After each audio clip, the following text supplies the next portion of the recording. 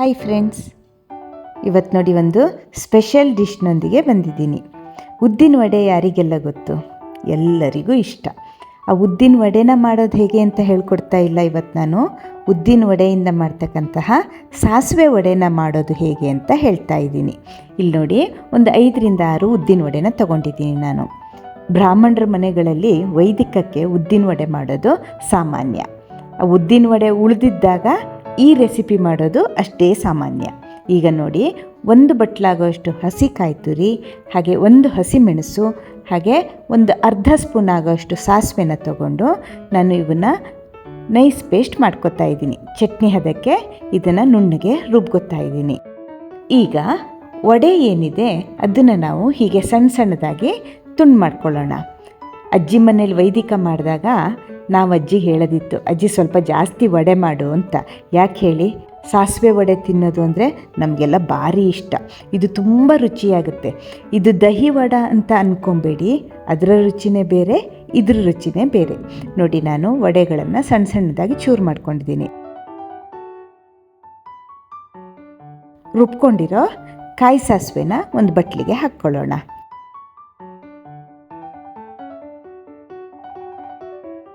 ಈ ಉದ್ದಿನ ಬೇಳೆ ನಮ್ಮ ದೇಹಕ್ಕೆ ತುಂಬ ಒಳ್ಳೆಯದು. ಇದರಲ್ಲಿ ಪ್ರೋಟೀನ್ ಬೇಕಾದಷ್ಟಿದೆ. ಈಗ ನೋಡಿ, ಒಂದು ದೊಡ್ಡ ಲೋಟ ಮೊಸರನ್ನ ನಾನು ಕಾಯಿ ಸಾಸಿವೆಯ ಪೇಸ್ಟ್ಗೆ ಸೇರಿಸ್ಬಿಡ್ತಾ ಇದ್ದೀನಿ. ಹಾಗೆ ರುಚಿಗೆ ಎಷ್ಟು ಬೇಕೋ ಅಷ್ಟು ಉಪ್ಪನ್ನು ಹಾಕ್ಕೋಬೇಕು. ಸ್ವಲ್ಪ ಜೊತೆಲಿ ನೀರು ಹಾಕ್ತಾ ಇದ್ದೀನಿ. ತುಂಬ ಗಟ್ಟಿಯಾಗಿರೋದೇನು ಬೇಡ. ಈ ಮಿಕ್ಸ್ಚರು ಸ್ವಲ್ಪ ನೀರಾಗೇ ಇರಲಿ. ನೋಡಿ, ಈ ಉದ್ದಿನ ಬೇಳೆ ಅಥವಾ ಉದ್ದಿನ ವಡೆ ತಿನ್ನೋದ್ರಿಂದ ಈ ಫೇಶಿಯಲ್ ಪ್ಯಾರಲಿಸಿಸ್ ಅಂತ ಏನಾಗುತ್ತೆ ಅದಕ್ಕೆ ಪರಿಹಾರ ಸಿಗುತ್ತಂತೆ. ಮೊನ್ನೆ ಯೂಟ್ಯೂಬ್ ಒಂದು ಶಾರ್ಟ್ಸಲ್ಲಿ ಇದನ್ನು ನಾನು ನೋಡಿದ್ದು. ಈಗ ನಾವು ತುಂಡು ಮಾಡಿಟ್ಕೊಂಡಿರೋ ಉದ್ದಿನ ಬೇಳೆಯ ವಡೆನ ಈಗ ಇದಕ್ಕೆ ಹಾಕ್ಕೊಳ್ಳೋಣ. ಹಾಕ್ಬಿಟ್ಟು ಚೆನ್ನಾಗಿ ಮಿಕ್ಸ್ ಮಾಡಬೇಕು. ಅದೇ ರೀತಿ ಉದ್ದು ಬಹಳ ಬೇಗ ಡೈಜೆಸ್ಟ್ ಆಗೋದಿಲ್ಲ, ವಡೆನೂ ಅಷ್ಟೇ. ಅದಕ್ಕೆ ವಡೆ ಮಾಡುವಾಗ ಅದಕ್ಕೆ ಮೆಣಸಿನಕಾಳು, ಶುಂಠಿ, ಇಂಗು ಎಲ್ಲ ಹಾಕ್ಕೊಳ್ಳೋದು. ಕೊನೆಯದಾಗಿ ಇದಕ್ಕೊಂದು ಘಮ ಘಮ ಅನ್ನೋ ಕರಿಬೇವು, ಒಣಮೆಣಸು, ಸಾಸಿವೆ, ಉದ್ದಿನಬೇಳೆ ಹಾಕಿ ಒಗ್ಗರಣೆ ಹಾಕಿಬಿಟ್ರೆ ಆಯಿತು. ಈ ತಿಂಡಿನ ನೀವು ಸ್ನ್ಯಾಕ್ಸ್ ಆಗೂ ತಿನ್ಬೋದು, ಇಲ್ಲ ಬೆಳಗ್ಗೆ ತಿಂಡಿಗೂ ಇದನ್ನು ತಿನ್ಬೋದು. ತುಂಬಾ ರುಚಿಯಾಗಿರುತ್ತೆ.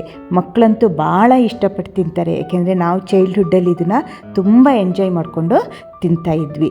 ನೀವು ಟ್ರೈ ಮಾಡಿ, ನಿಮ್ಮ ಅಭಿಪ್ರಾಯನ ಕಾಮೆಂಟ್ ಬಾಕ್ಸಲ್ಲಿ ತಿಳಿಸಿ.